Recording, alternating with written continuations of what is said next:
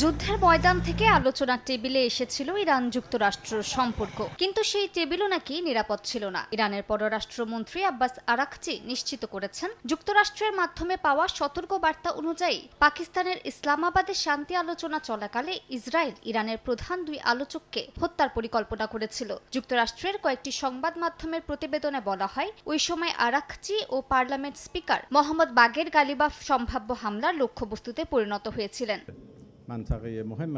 রাষ্ট্রীয় টেলিভিশনকে দেয়া সাক্ষাৎকারে আরাকচি আরও জানান, সম্ভাব্য হামলার ঝুঁকির বিষয়টি তিনি আগে থেকেই জানতেন, তবুও আলোচনায় অংশ নিতে পাকিস্তানে গিয়েছিলেন। তিনি স্পষ্ট ভাষায় জানিয়ে দেন, সাহসী ইরানিরা দেশের খাতিরে মৃত্যুকে ভয় পায় না। একই সঙ্গে আরাকচি এও অভিযোগ করেন, আঞ্চলিক শান্তির উদ্যোগকে নস্যাৎ করতেই এমন পরিকল্পনা করা হয়েছিল।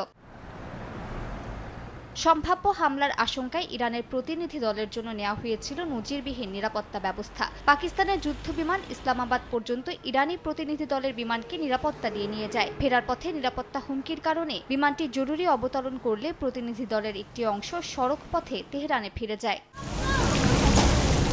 তবে এসব অভিযোগ সরাসরি প্রত্যাখ্যান করেছে ইসরায়েল। দেশটির কর্মকর্তারা নিউ ইয়র্ক টাইমস ও ওয়াশিংটন পোস্টের প্রতিবেদনকে ভুয়া খবর এবং বাস্তবতার সম্পূর্ণ বিকৃতি বলে দাবি করেছেন।